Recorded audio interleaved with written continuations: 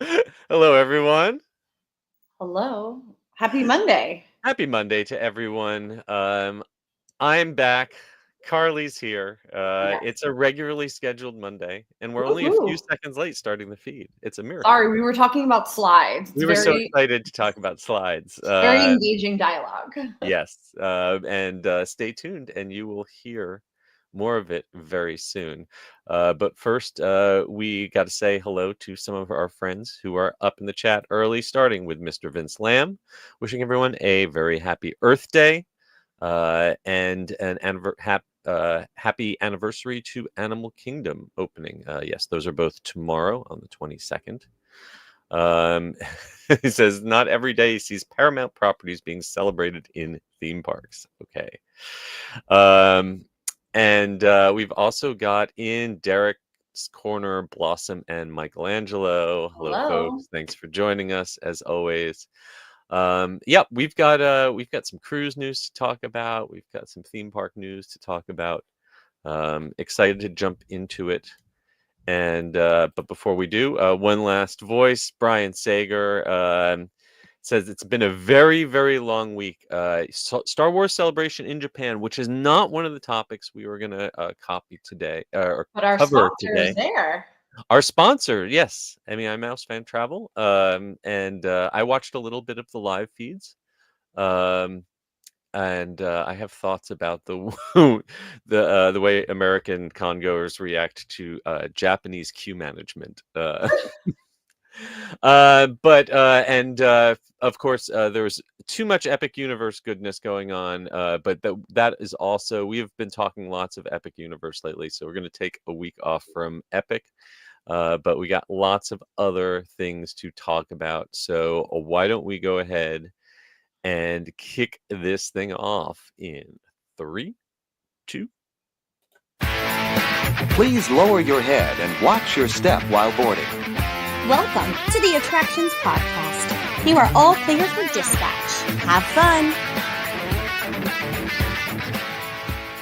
Hello, everyone, and welcome to the Attractions Podcast, sponsored by MEI and Mouse Fan Travel. I am Seth.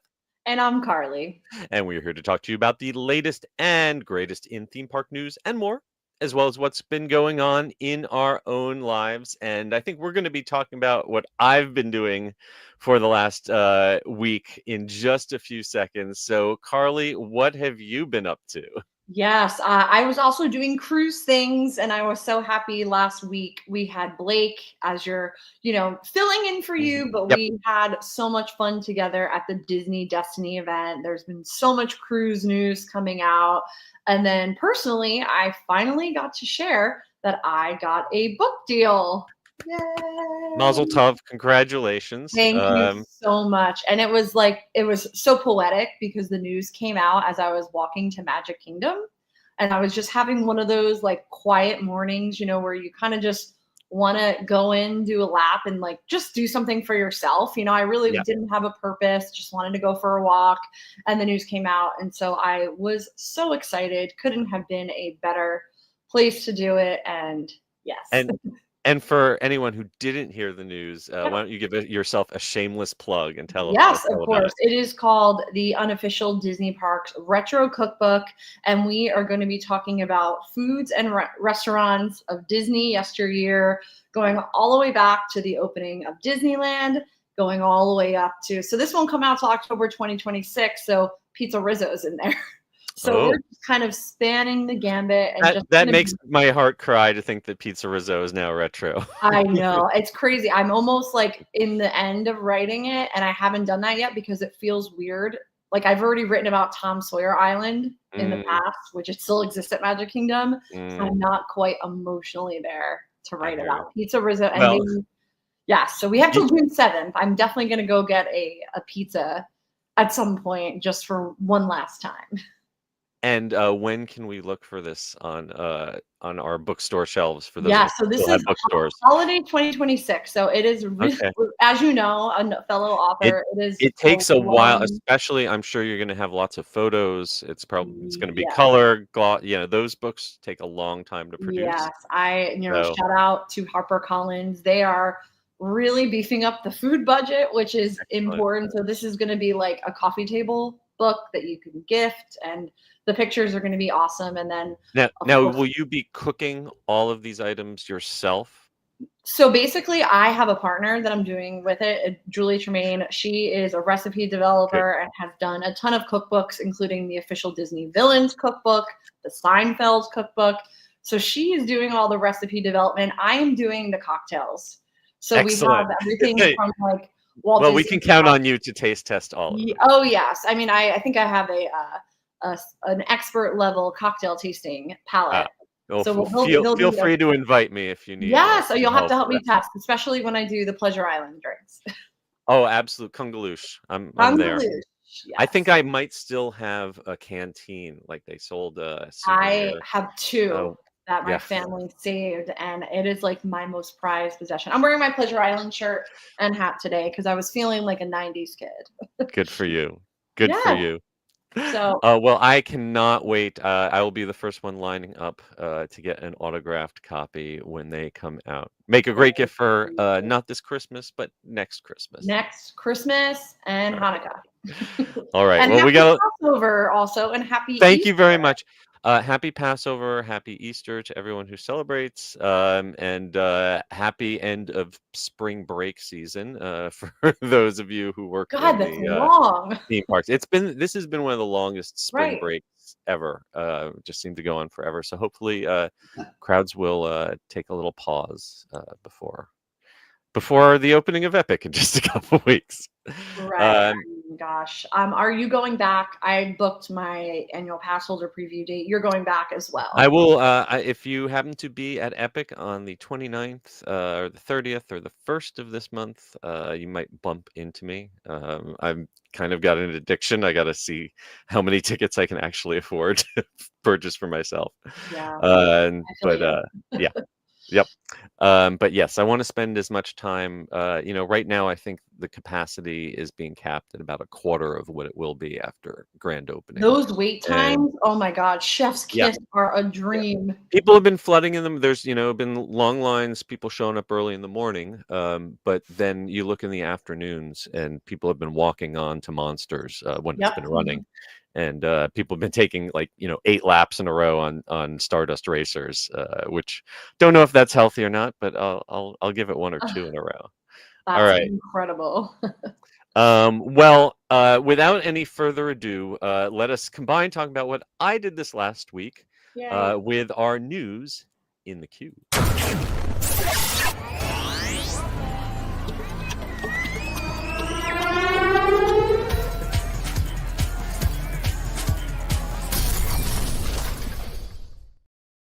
So this past week, you all missed me on the show because I was doing a first for me, taking 2 back-to-back media cruises.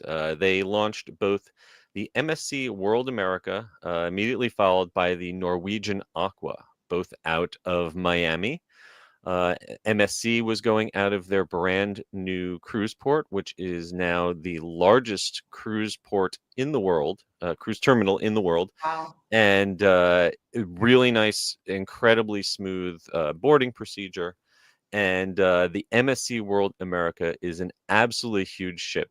3 nights was not enough to cover everything that the ship has to offer.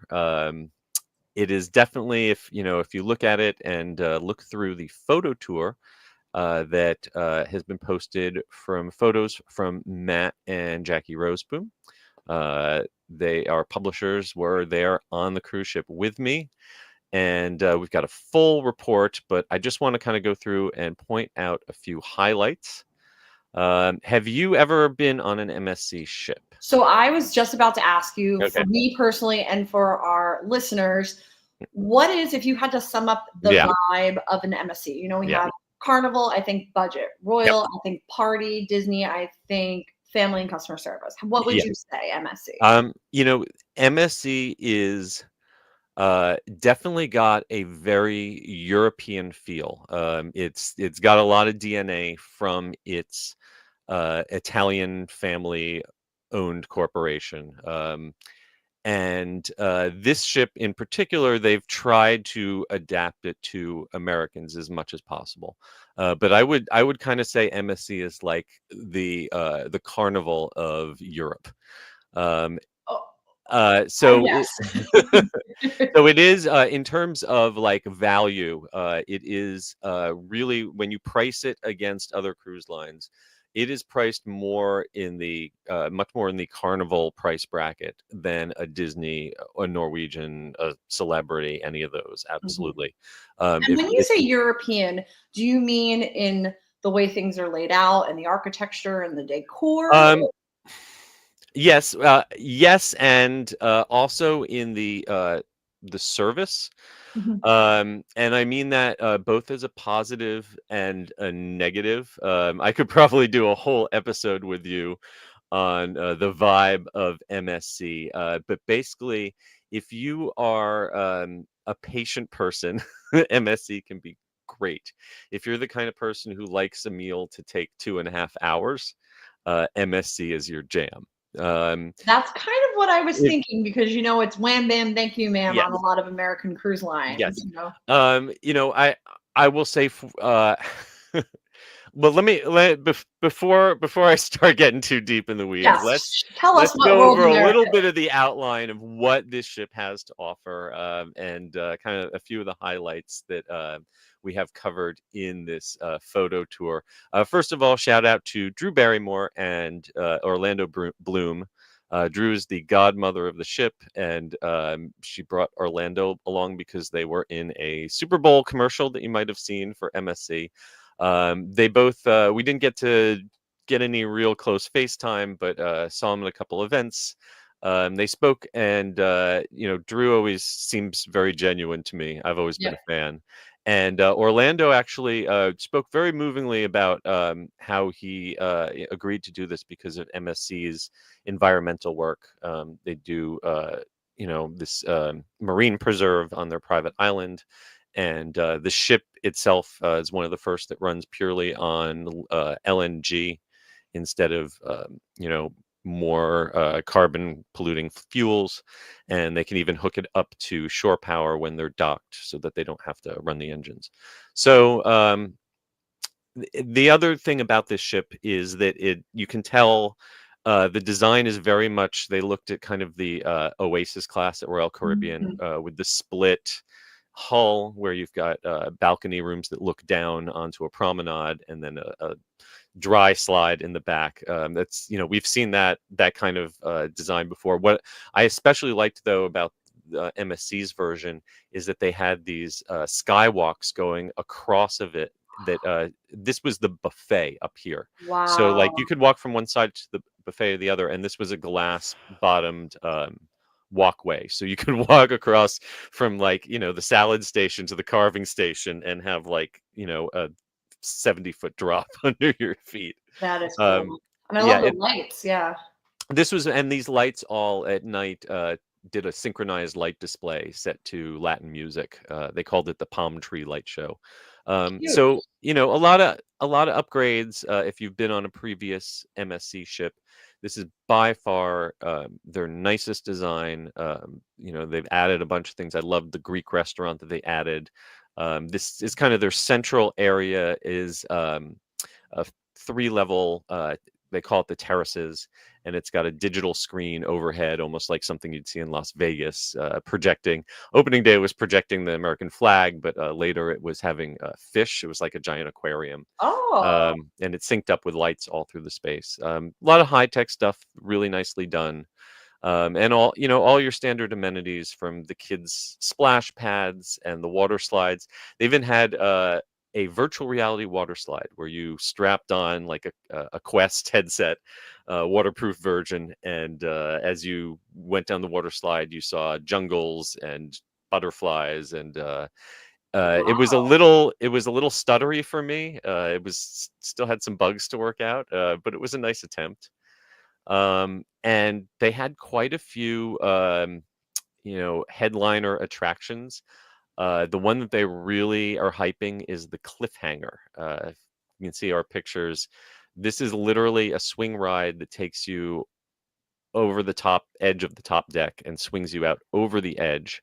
And it's funny because all the executives were telling us how terrifying this was, and we finally went on it, and it's literally like sitting on your grandma's porch swing and swinging gently back and forth. It just happens to be really high in the air. So like Yes.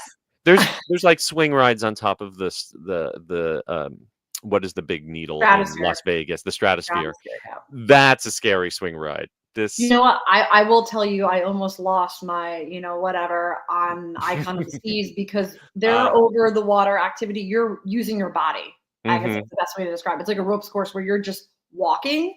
Being in control of your body is really scary. This seems like relaxing. You're just sitting. This was actually, as long as you are not really scared of heights, and I felt I have heights issues, like especially if I'm standing like on an edge, but I was securely strapped in. It was very gentle. It was a beautiful view. I think that is not the thrill ride necessarily that they're marketing it as. I did kind of like this their jaw drop slide, which is a dry slide.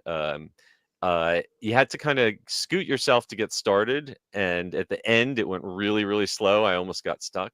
But it's got a nice fast section in the middle with a clear view, and that one was a lot of fun. My favorite attraction actually was the ropes course. Had one of the better ropes courses I've done, with several zip line sections. It was 3 stories tall, and there were lots of different options of ways to go. I thought that and they have a indoor basketball court, and at night they pull out a bunch of bumper cars, electric powered bumper cars.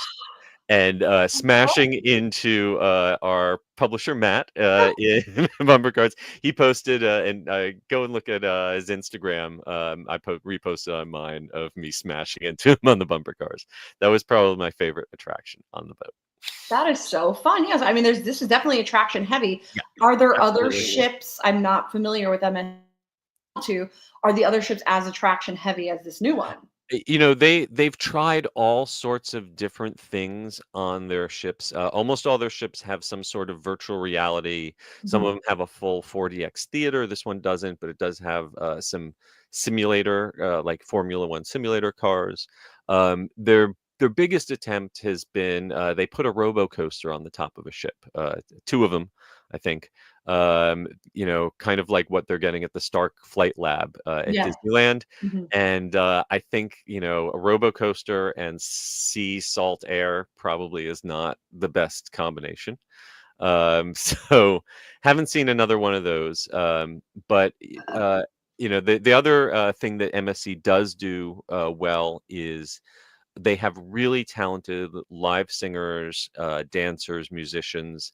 They tend to hire opera singers, classically trained singers, and competition ballroom dancers who were great. The competition ballroom dancers were great for the Dirty Dancing show. I guess that goes back to its European origin. Yeah. Yes, absolutely, 100%. When they try to do a rock and roll show, like they did a Queen show, so seeing ballroom dancers and opera singers doing rock and roll, is entertaining. And the other entertaining thing they've got, they've doubled down on their partnership with Lego, and they had an absolutely amazing Lego areas where you could build, all the Lego sets that you could dream of. Both for kids in the kids areas, but also like an all ages family area for everyone. Wow. So anyone. So that was a lot of fun. Yeah. Yeah. Okay. That's really cool. I love that. Yeah. Ooh, what is this? And a greatly upgraded thermal spa. The best thermal spa that I've seen on any of the MSC ships by far. Great salt room and hot and cold baths, and also a nicely expanded selection of restaurants. They've always done a great job with teppanyaki. I think they have one of the best teppanyaki. We had lobster tail and Wagyu beef teppanyaki, and I never thought I'd have too much Wagyu beef to be able to finish. You've reached your limit. Up to here. But they also did some, specifically to appeal to the Americans on this ship. They have a diner that serves nothing but complimentary pizza and hot dogs and chicken nuggies. Definitely targeting the Americans. And they do have, I would say, of all the cruises I've been on, MSC has the best pizza at sea. They make their own mozzarella on board, and it shows. The only thing that disappointed me was that it wasn't 24/7. There were large stretches in the day, like from after 2 p.m. and before 6 p.m. There was nowhere to get any food. See, that's my And prime eating. that's prime snacking time, Yeah. right? You need I that. need something. You at need that those chicken nuggies to hold you over if you've got, because our dinner seatings were at 8:45 p.m. So that's a long way to go. Right. But I guess this goes back to, you said European. I mean, these are all things that I'm, everything you're Yes. mentioning is like when I'm in Europe, no one eats at Yes. 4 p.m. They eat late. They don't snack. So Yes, there was always the gelato shop was always open, so you could Oh, always go and buy some gelato or some chocolate. They had an amazing chocolate carving store. Uh, but the most European thing about the ship is probably the sense of pacing and timing.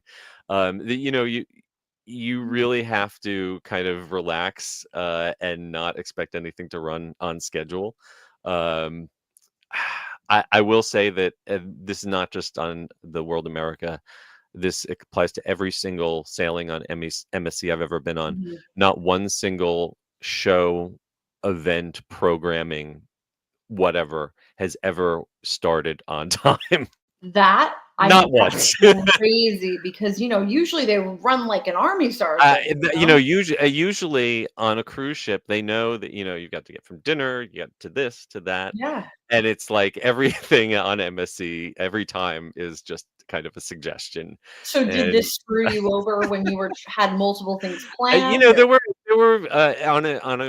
on a 3-day cruise sailing that is basically the media is supposed to be squeezing in 7 days worth of activities Yeah. into 3 days. It led to some confusion and friction. I will give a shout out to our media team that I think were doing their absolute best. The PR folks were just kind of rolling with the punches, it's something you just kind of have to get used to. My bottom line for MSC is that it is an incredible value. If you've never done cruising before and you are a very easygoing person, it's a great way to dip your toe in the water. And this is definitely their prettiest ship ever. But have patience or pay for yacht club. Yes. If I you're know going to you do talk a lot about MSC, that. Yeah. if you're going to do MSC, just pay for the yacht club, because the yacht club doesn't guarantee that everything will run smoothly, but it guarantees that their customer service will fix it when things mess up. So that is I my. do have a question. I know Yes. it's so hard to make like an informed opinion after 3 days. Oh, because absolutely. You go Yeah, back a lot to things. Yeah. The food on a grand level overarching. Yeah. How was it? Like, what would you compare it to? Was it as good as Yeah. maybe like, I think Royal and Disney food is really like I some of my favorite out there. Okay, so we had it was very interesting. We went from MSC to Norwegian Cruise Line, and I thought the MSC, in terms of the main dining food and the specialty restaurant, their specialty restaurant was solid. They do a very good teppanyaki, better than Kobe, better than Benihana. That's my opinion. Yeah. The main dining room, And we're it's talking about the normal dining room, like you yeah. get your time and you go. Okay. We got to do both the gala dinner that they typically have once during a 7-day sailing on both MSC and Norwegian. So we had the same, filet mignon and lobster tail meal at both. And the difference is that MSC was like something you would get at a nice but not ultra wealthy wedding banquet. I was just about to make a comparison. I was like, tell me how it And was a wedding. Norwegian was something that you would get in a good restaurant. Mhm. They were both adequate. I mean, they were both as advertised, but the one thing I will say is the difference in service is at MSC, it was a 2.5-hour meal that we wound up walking out of dessert to try to make the show that ended up starting 20 minutes late anyway, so we didn't have to miss dessert. So is this intentional pacing or you I just went to your waiter? it That's was a what I'm curious. combination of everything was very slow, but ours, they served us the wrong dishes twice in a row. Mhm. So that, by the time we got our appetizers, the people who had come in after us had already been halfway through their entrees. So it was a combination of factors. Whereas at Norwegian, we were in and out in an hour without feeling rushed. And they did the thing where, all the waiters walk out for your entire table and all place everyone's dishes down at the same time. Oh, It's just a different yeah. level of service. So I guess that is a good jumping off point to Norwegian, the second cruise that we did. And I want to make clear I'm not I'm very grateful to MSC for inviting me. They've invited me on several of their ships, and I've also paid and had my family come and pay for ships on MSC. I think that for the price point, they are doing a good job, and for the price point, I would much personally rather go on MSC than Carnival, because that's my vibe. But you gotta have managed expectations. That makes sense. But you know what? Even if you do Yacht Club, it's still cheaper than a lot of Royal and Disney. Oh, absolutely. So, everything is with the mindset. So Norwegian was my first time on Norwegian, going on the Norwegian Aqua, which is the Prima Plus class. They previously had the Prima, the Viva, and this is an enlarged version of that class. They added about 11 meters going one way and another 11 meters going the other way, and shifted things around. So that everyone I know who was with me who had been on the previous one says you really feel the extra elbow room. And the focus of our article that we've got that Matt Roseboom wrote is a review of their headlining attraction, which is the Slidecoaster. The Aqua Slidecoaster is a world's first of its kind. We talked about it when they advertised it originally as the world's first, and we were trying to figure out what really makes this so much different. We've been on Master Blasters, we've been on Whitewater Pro Slide, at Volcano Bay's got the Krakatau Aqua Coaster. So what makes this you could different? spin anything to a world's first, so what is it? I've got to say, it definitely genuinely felt like a different experience than any other water coaster that I have ever done because of this launch. We've done launches where you're getting shot up by jets of water. We've done launches where you're getting magnetics pushing you up. But I have never done anything where there is literally a roller coaster style track alongside the water flume. Wow. With basically a catch car. This is like an arm attached to a roller coaster style track, that the arm is being launched like you would launch a rock and roller coaster, a magnetic launch with a flywheel, coming in behind you, hooking into the back of your raft and shoving you uphill. They said it could go up to 32 miles an hour, but they had it dialed down because that would be uncomfortable. I've never. It's also giving me kind of like Donkey Kong mechanics, where like your vehicle is not the main. Almost except tilted sideways. Yes. But yeah, it's a really eerie experience because I have never been accelerated that hard, that fast, without any seatbelts or anything other than a couple handles on the side to hold on. There's no seatbelt, there's no chest strap or anything. So were you gripping for dear life? I was squeezing for dear life, and you feel that kick in behind you, and it pushes, and by the time you hit the top of that hill, you really feel like if it didn't have a cover over the top, you might just launch straight over the top of the ship and land in the ocean. And that launch alone makes it the best water slide on a ship, definitely, that I've ever been on. And it's by far the best launch on a water slide I've ever experienced. However, as soon as you hit that top, you kind of hit this pocket of standing water at the very mouth of the water slide that pulls all of your speed out. And the rest of it is, I would say, slower than the aqueduct on the Disney ships. So like a little carefree ride. Yeah. Once you get, and it's a lot of fun actually, because the slide is not just a solid piece of plastic, but it's got various holes and rings cut out that kind of look like neon lights, translucent windows of different colors. They kind of give you some visual interest as you're going past. But it's, the launch is so intense, and then the rest of it is so family friendly that So it's you like almost black out from anticlimactic. family friendly. I wouldn't say I grayed out, but it was that first time I was like, oh, I didn't realize it was going to be this much. It's some real acceleration, and bravo to the manufacturer, Weigand.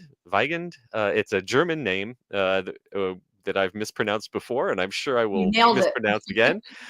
These are the same folks who made that crazy looking slide wheel, kind of, Ferris wheel type thing that spins that we've talked about in the past. In the Dells? Yeah. Yeah. And who knows, maybe a design like this will be coming to park on dry land somewhere. Yeah. They're going to be putting it on their next class of this next ship in this class. But for now, the Aqua is the only place to experience it. And Matt said this was his favorite part of sailing. I think that's a bold statement. I really enjoyed it. But my favorite part of sailing on the Aqua, it's hard to choose between the whiskey bar, where the Ooh. drink package included unlimited, Glenfiddich and Suntory and Woodford Reserve and other No really way. high Wow. quality brands. I had so many highballs. I had so many old fashions. It's not even funny. I was just about to say a good old fashioned is at least Oh my, $25, they had a you know? fantastic highballs, Wow. and old fashions, and but the entertainment on the ship, truly, we throw around terms like Broadway quality a lot. Right. They literally have a Broadway choreographer and director, Patricia Wilcox, and going from MSC, where we saw a rock and roll tribute show with a number of celebrity, not quite impersonators because they weren't looking that much like anyone, I but think sound alike kind of things, right. jukebox shows. And you know what? That's classic cruise liner Exactly, entertainment. There's nothing wrong with that. no, It's different. completely, but 25-minute shows of jukebox, more or less, just something to digest your food by. Going from that to 50-minute shows, fully licensed Prince tribute, first time ever his family has licensed Wow. that for the It's gonna be stage, good. Yeah. done in the style of the David Byrne Fatboy Slim Broadway show Here's Lies Love, where the audience gets to stand down on the dance floor and they assemble the stage. The stage turns out to be the Prince logo, the symbol, which is made up of all these smaller kind of chest high stages that are wheeled out and assembled during the show with dancers dancing on top of them and the audience standing in the middle of it. A cast and band of 25 people on stage. Like, you don't see a 25 person company on Broadway anymore. And that was just one of the shows that they had. They had another show that was like Vegas quality illusionists with Cirque quality aerialists, and they did a recreation of Fleetwood Mac's Rumors, the entire album, with kind of dialogue telling the whole story of the all the breakups and heartbreak behind the songs. If you've ever gone to one of the classic album lives shows that they used to do at the Hard Rock, note for note perfect, with so much energy. And those are only we didn't even, some of those were only samples, like previews of the full show, because they were still in rehearsal. Or actually, one show there were 2 injuries during the day, and instead of canceling the shows, they had the choreographer re-choreograph the show. The cast learned new blocking, and they still did most of the show on 2 hours notice. Right. Just That's incredible. I mean, honestly, The The best entertainment, entertainment I've ever seen. And that's that. I love Disney's entertainments. yeah, You know, Disney, the shows that they do on the Disney, but this really was taken to a completely different level. that's incredible. I mean, that is, for me, for other people, that's a priority. You Yeah, want to have, and it adds so much value to whatever you're spending on the cruise, because those shows aren't just a way to full time. yeah. They are, that's your event that evening. And I wow. I went to the Prince show and was so blown away that I came back an hour and a half later to see that they did this is a almost hour show and they did 3 times a night, and I was Wow. like, I have to come back and see. They kept up the same amount of energy doing the same show over again. So impressive, so That's impressive. So incredible. yeah, it's definitely not a entry level pricing cruise. You'll probably spend for these ships are both doing 7 nights out of Florida. Mhm. The Aqua is actually moving up to Port Canaveral. But on a per night basis, you'll probably spend the same on a regular balcony cabin on Norwegian as you would on a yacht club room at MSC. But I will say Norwegian includes a drink package that is just as good as the yacht club drink package. Wow. It includes specialty dining. So I think like on a 7 night, you get 4 nights of specialty dining. And honestly, the other thing that I would say is my favorite thing on this ship, they have a thing called the Indulge Food Hall, which is the best innovation in food in dining on a ship I've ever seen. It's a huge room or area, but it's broken up into these little smaller areas where you have a tapas area, you have a Latin area, you Wow. have a barbecue area, and you can either sit at a bar for a particular area or you can sit at a table in between. You get an iPad and it's got a full menu of all these different foods, and they're all shareable size. And it's all complimentary. You just tap as many dishes as you want and they keep coming to your table. Indian food, um, an entire vegan restaurant. That everything was delicious, and I ate there every single day of the cruise and did not have the same thing twice, and could have gone back every single night. Wow. And I like That the smaller size, so you could Yeah, try a lot. yeah, and it's not like a buffet. They have a buffet. They have the traditional buffet, which looked perfectly adequate. Yeah. But And instead of people like like going along yeah. and Mhm. heaping stuff on your plate yourself, you just sat there and you just, oh, that looks good. If you've ever gone to a lot of Japanese restaurants, will use a similar system where you just Mhm. tap on an iPad, and it was so convenient and so delicious. So I could go on for a long time, but we are more than halfway through the show, and we are still only talking about my week. But you know what? Cruising right now, as we know, the industry is growing. More people are cruising more Mhm. than ever. There's Yes. so many ships. There's a new ship every day, it seems like we Yeah. talk about. So this is really important. People are trying cruise vacations Yeah. that maybe previously didn't, and the offerings are better than ever. It's like I always wonder, like, what's going to happen to Holland America when their audience dies out. I hate to say it, but like we're seeing just such innovation and Yeah. in food, entertainment, and it's an exciting time. And now's the time to try cruising if you haven't. Yeah. And there's still more, they've got both MSC and Norwegian and their competitors all have more cruises coming out of Florida in the next year or so. So it's doesn't seem any signs of stopping right now. Definitely not. All right. Little closer to land, but still at sea. SeaWorld has an all-day dining plan, and bless his heart, our dear friend John Self went and ate at every single restaurant that SeaWorld Orlando has in one single day. I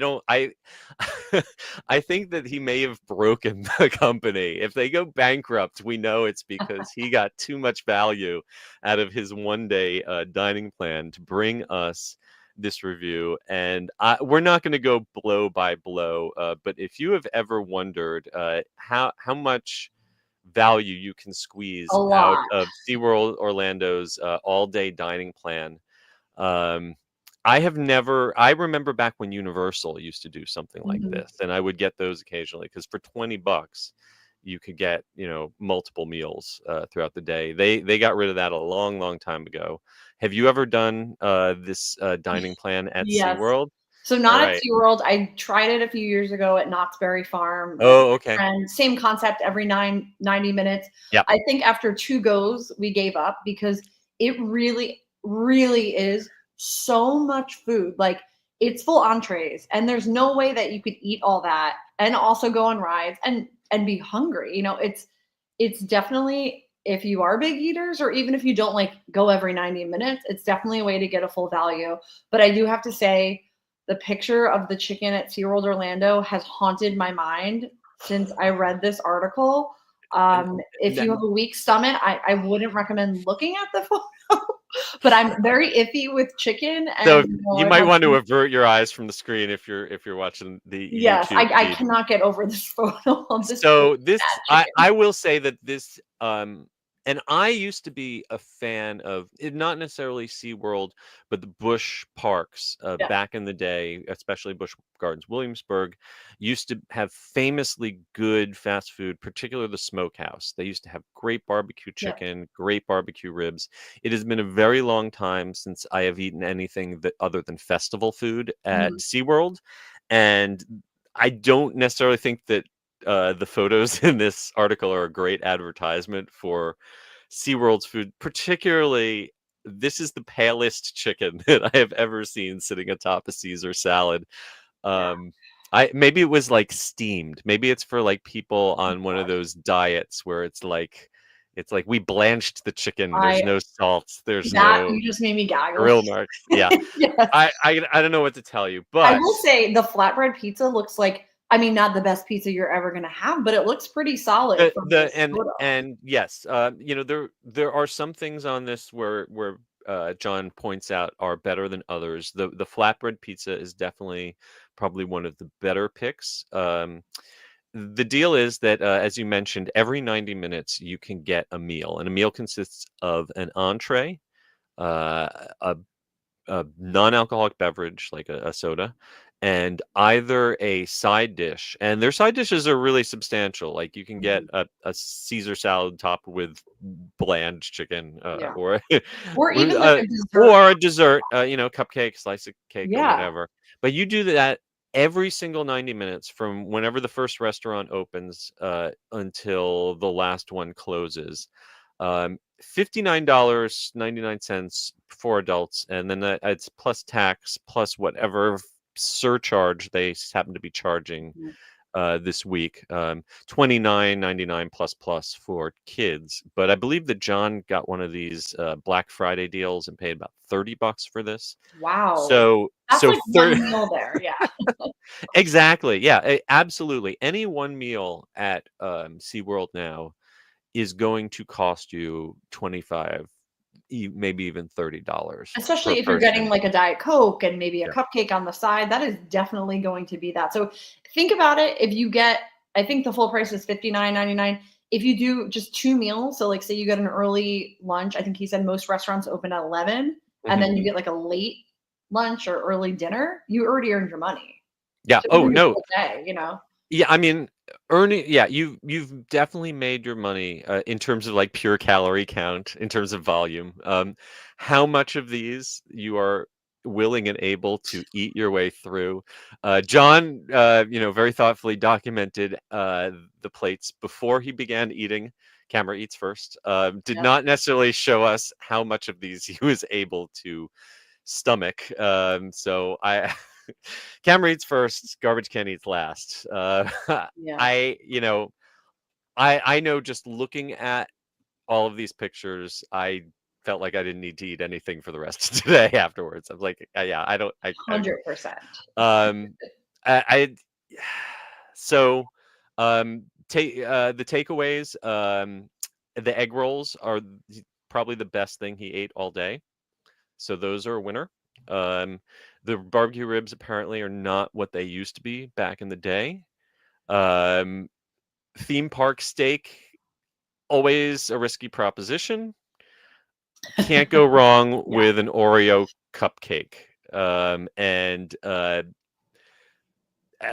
Pizza, even bad pizza or mediocre pizza, is still pizza. I So agree. Yeah, yeah. it does the job. Yeah. And finally, for the love of God, No.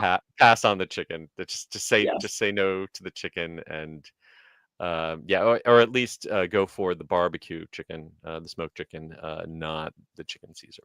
So Yes. there are a few good things out there, and I think that certainly if you are going to eat 7 meals in the course of one day, keeping in mind that you're not supposed to share these with anyone. This is just supposed to be all for you.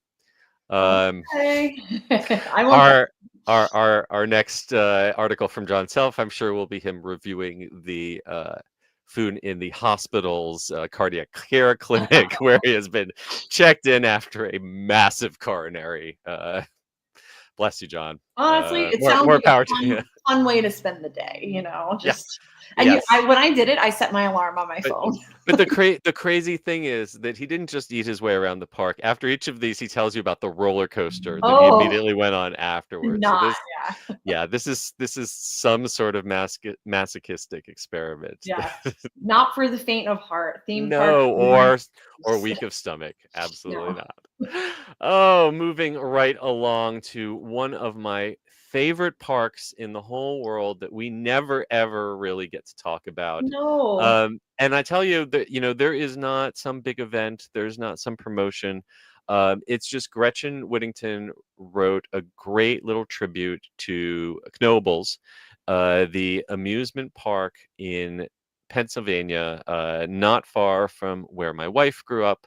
Mhm. And it is just one of the most charming parks that no one hardly ever talks about. So we just wanted to direct you to this article and take a few minutes out to talk about how much we love this place. Yes, and they have a culture all their own. They have, headliner, roller coaster. They have little snacks that are like historic and part of the park. So it really Mhm. is a special place. And it's also free to enter, which is like one of the biggest, crazy things. Yes. That is what's amazing. This place has been around for 99 years, Yeah. turns 100 next year, and it is one of the last amusement parks in the country where you don't need to spend a penny to walk in the gate. Right. Free parking and free admission. So if your family lives in the area and you just want to come and sit among the trees and eat at a picnic bench, you're welcome to.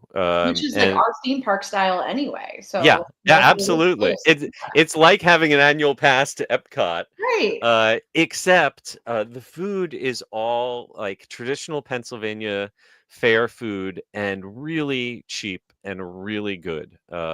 If you've never had a birch beer, you haven't lived. Um, and in addition to that, they have a fantastic collection of rides, and you can do a all you can eat, ride band, or you can just pay per ticket like the early days of Disneyland. And they have some classics that are 100% going out of your way for at only $1.50 to $5 a ride. It's an incredible value. Some genuine antiques and some rides that they've rescued from literal Right. oblivion, like the Phoenix, which was literally rose from the ashes, Yeah. and the Flying Turns, which is kind of like a one of a kind recreation of an old style of ride. They've rescued rides from the Jersey Shore. It's just a beautiful, beautiful place. Right. I mean, the storytelling, and I believe Hmm. it's still in the same family. I mean, there's so much like nuggets of Hmm. history that go along with this park, and it's just really fascinating. This is a great piece. I love you reading through it. They've very deservedly won awards from Amusement Today over the years.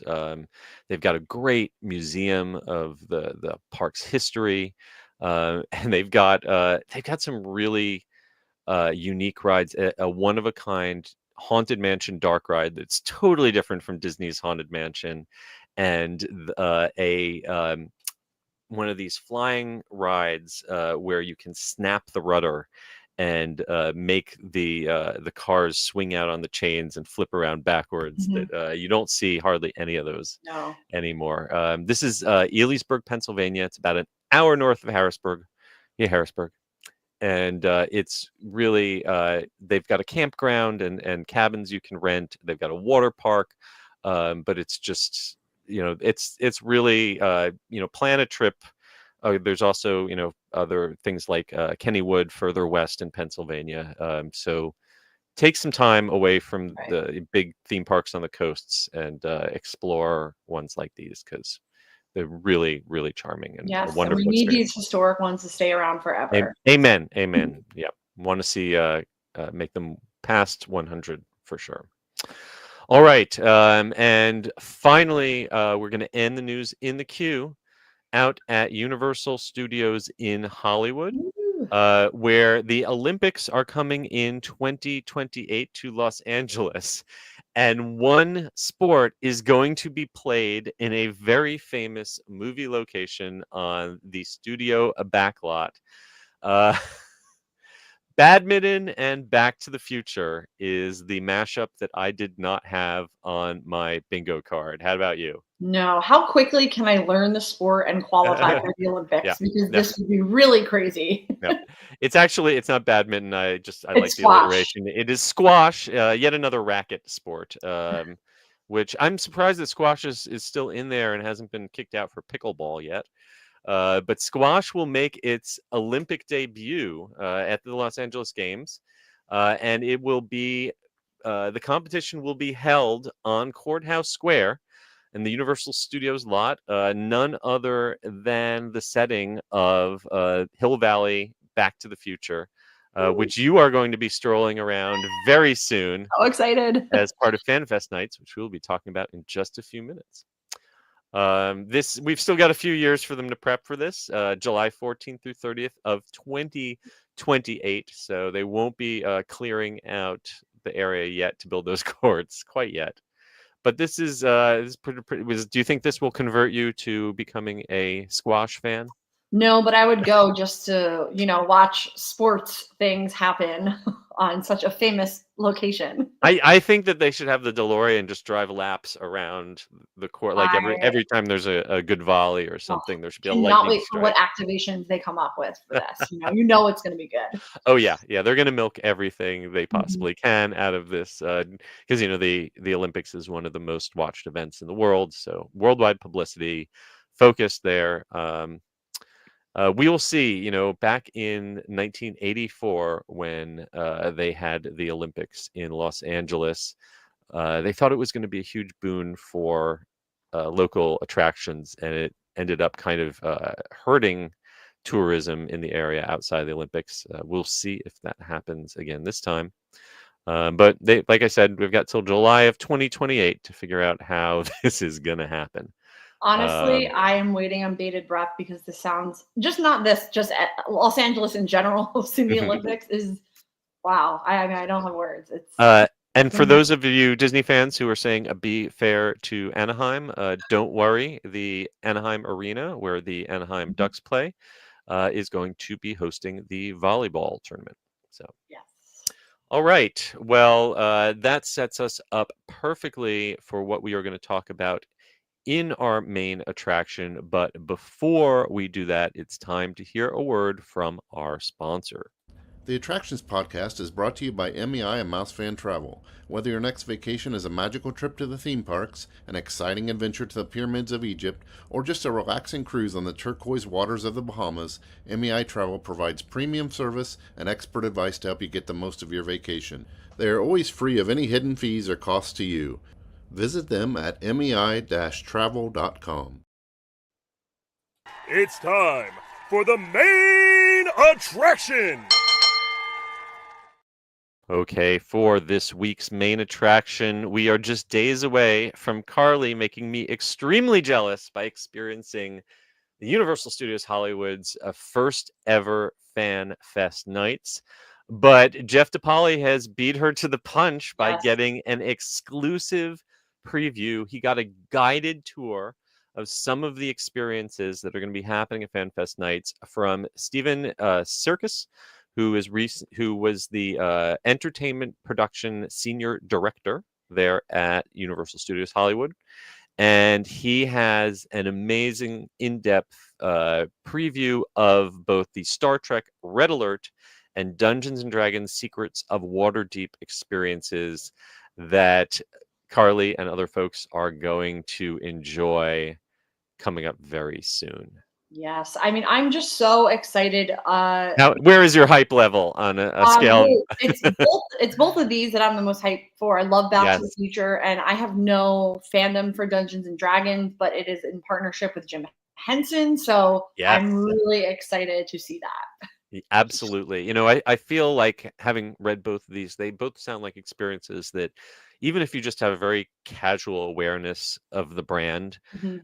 the sets, the acting, the storytelling, I think it could make these experiences enjoyable, even if you don't get every Easter egg. These are not just haunted houses. We kind of talked in the past about this event, that it was sort of them taking a Halloween Horror Nights type experience and applying it outside the horror genre. But seems like they've done much more of this. A haunted house takes you 3 or 4 minutes to walk through, and you're basically just marching through the whole time. These are 10 to 12-minute guided experiences where you have live performers taking you in pulsed groups and having distinct moments in each of these different environments before you're moving on. And it reminds me of my favorite non-theme park attraction of all time, the Star Trek experience in Vegas, which used a similar thing where you were being guided through actors from one room to another, and you had a real experience, real moment, a whole story played out, and not just being conga lined past, people jumping out and saying boo. Um, I don't know how much spoilers everyone wants. Jeff has some spoilers on here from the photos. I probably read too much from some other people who wrote really detailed, but I'm very excited that you're going to get to see this and tell us all Yes. about it. A few tidbits from his article. You are going to walk onto an actual set from Star Trek Picard, which I think is very A cool. whole bunch of people just screamed. I know, and I'm not a Star Wars person. And then also he said with Dungeons and Dragons is that you don't really need to know what's going on because the Yes. storyline is very easy to ingest, which makes me even more excited. Again, that's the one that Jim Henson Studio created the massive puppetry for. Yes, they're one of the classic monsters in Dungeons and Dragons is the Beholder, which is basically a giant eyeball with tentacles. And I saw a little preview photo of a larger than life version made by the Creature Shop, fully articulated. And yeah, that's a photo op I want to get. But it doesn't sound like they're just photo ops though. There is a storyline. There is a quest. There are going to be some puzzles. You get to see some action moments. It sounds like a dream come true for someone who grew up playing the Dungeons and Dragons games. The same way that getting to walk onto the set of the Enterprise D, as was seen on the finale of Picard, just a dream come true for any Star Trek nerd like myself. Yes, I'm a recovering Trekkie that used to go to the Valley Forge conventions. I made my parents drag me. So this is definitely one of the things I'm most excited for. It's, not everything is going to be like a house. Like the Back to the Future thing is more like an activation in the setting where they're going to recreate moments and have actors. But this is actually we're walking through, which I cannot wait to experience. I'm getting like a kind of like escape room vibes, but you're not actually solving a puzzle. It's really an interesting concept that we haven't seen a ton of yet. Yes. And what fascinates me most is the crowd flow and capacity. This is always the dream to do these kind of theme park experiences that feel intimate and theatrical and not just like you're part of a herd being marched past something. How do you do that? Keep the artistic integrity, but still move enough people through an hour to make it financially viable. Yes. If something like this is successful, I would love to see these kind of experiences available more widely. Oh yeah, and I think you have to go into it with an open mind. I'm going Friday, which is the first night. First night of a brand new event. You're gonna have to. Issues are going to be expected. I'm relaxed. I understand. I also have to mention the price point of these tickets is really good. If you look at the after-hour ticket prices for Disneyland events, expensive.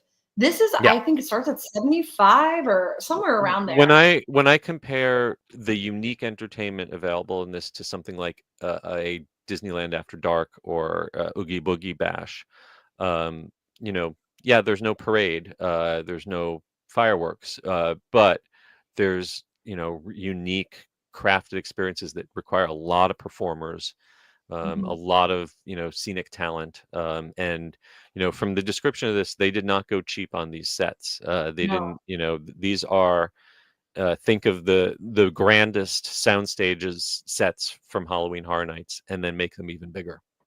So I'm so excited to hear you tell us all about what it was like in person. No, I'm setting my priorities and being realistic. If I can experience, I'm probably gonna head right to Back to the Future. If I could do that, Dungeons and Dragons, get one snack, maybe go on one ride. That to me would be a successful evening based on the price point. Yep. Well, that just about brings us to the end of this week's stories. Before we wrap it up, we want to look at some of the comments that you folks left us. So it looks like Michael was disappointed not to have Blake here. I'm so sorry that I came back. We can ask Blake to sub in more often. And yes, just Matt and myself went on the cliffhanger. Together? Blake, we did not get to do it together. I would have no. loved that photo. And you know what? I will say one other thing. I only got to do it once. They had a specific media time, and it was kind of overloaded. And a lot of things I noticed were kind of overloaded. Like my favorite bar on the MSC ship, they have the Elixir Alchemy Bar, which is all craft cocktails. And it took me forever and a day to get a drink. The MSC ship has a capacity of 7,000 guests. Ooh, and boy. was at maybe a third capacity and felt full.